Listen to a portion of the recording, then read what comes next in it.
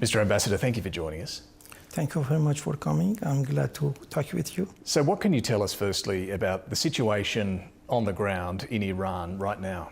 Yes, as you may be aware, on early Friday, June 30th, we just experienced an unprovoked, just attack by the Israeli regime against Iran without any notion that they are going to attack us. And they attacked some residential areas, killing and assassination of some civilian people, our scientists, and some also commanders of the armed forces that they were not at the battleground but was sleeping at home. And also maybe the important part of it was attacking against peaceful nuclear program of Iran in Natanz and Isfahan. That according to the international law, and as Iran is an NPT member, those places were on the safeguard of the IAEA, and it was prohibited to attack them. And I will come to that nuclear program, but in response, Iran has also killed civilians in Israel and has now warned residents of Tel Aviv and Haifa to evacuate. Why is Iran targeting residential areas?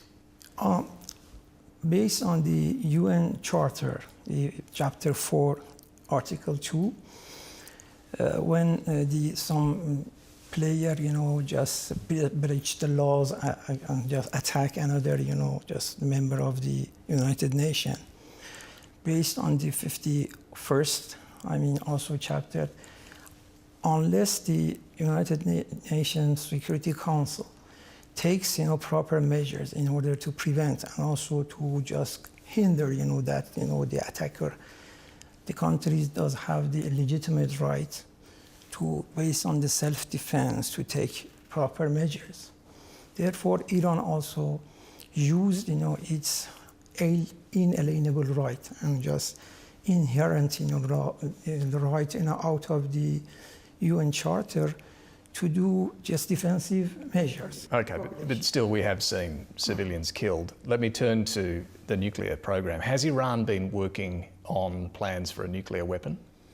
Iran, as the NPT member and also the very active, just country in cooperation with IAEA, has also applied all safeguard measures. All the places that, just attacked by the Israeli regime was under these safeguards. Then the peaceful of this, being peaceful, of this program was just signified quite a while with the IAEA Director General and other also just, the organizations. But the Director General of the IAEA did express concern that they don't know exactly what's going on. The IAEA Board of Governors found just last week there were many failures in Iran's upholding of its obligations and raised concerns about the inability to provide assurances that Iran's nuclear program is exclusively peaceful. Why wasn't Iran meeting its obligations? Mr. Rafael Grossi came to Iran and had a very good, just talk with Iranian officials with that regard. There were a few maybe places that they were just talking on them how to remove any suspicion on that based on the research. The process of cooperation of Iran and IAEA is a very long time and continuous. The suspicions should be removed by diplomatic, just talks and just cooperation. Well, this finding did seem rather clear. Can I come back to the question though? Was Iran working towards a nuclear weapon? Iran declared, quite a few times that, does not have any nuclear, just program in terms of military aspect. Can you say today that Iran yes. is not working towards a nuclear weapon? Has not done yet, Not yet? Yeah. But is that the plan? No, not. Of course, I don't mean that. It's not a connotation that you can take out of my just proposition. But are you saying there is no ambition at all to develop a nuclear weapon? Of course not. It has been prohibited by our supreme leader. Look, Israel also points to Iran's repeated threats to wipe it off the map. And you have personally referred to wiping out the Zionist plague from the Holy Lands of Palestine. Comments for which you were rebuked by the Australian government. The Prime Minister called your remarks abhorrent, hateful and anti-Semitic. Your intentions towards Israel do seem clear.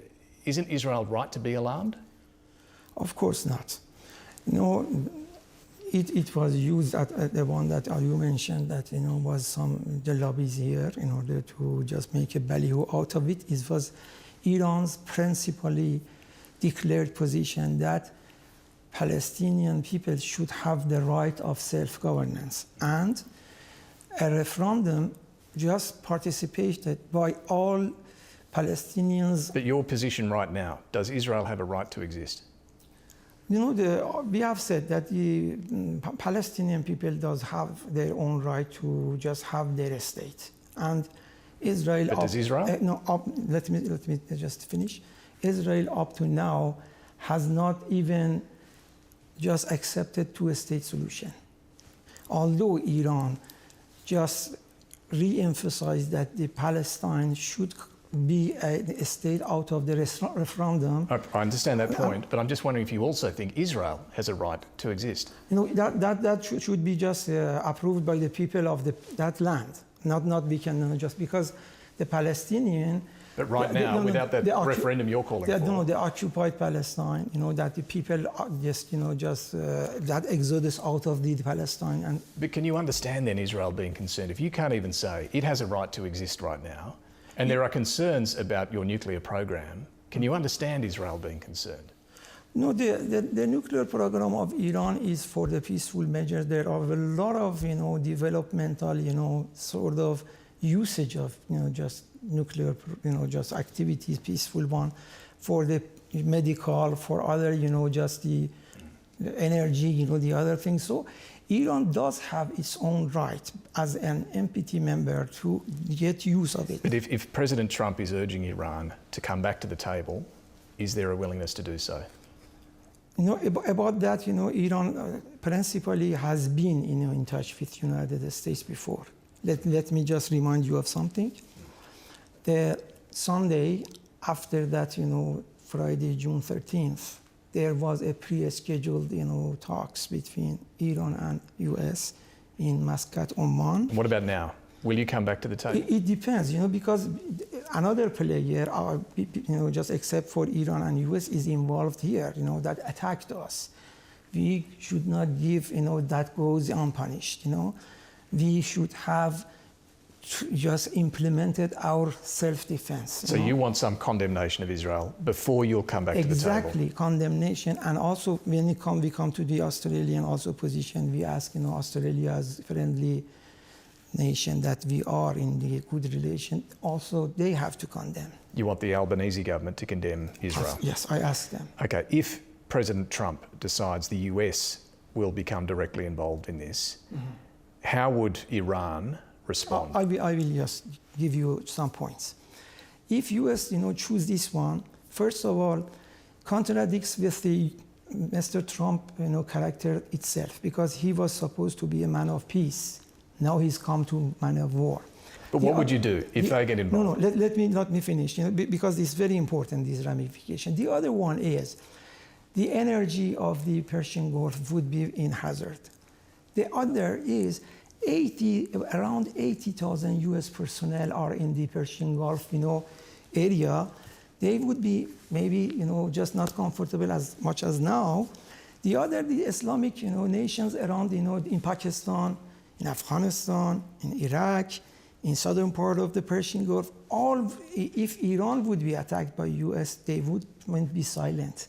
Therefore, they would respond. Of course, and also not the last, last but not the least is the Mr. Trump, credibility in terms of bringing peace would be maybe again would be damaged because could not make Ukraine peace, you could not other places.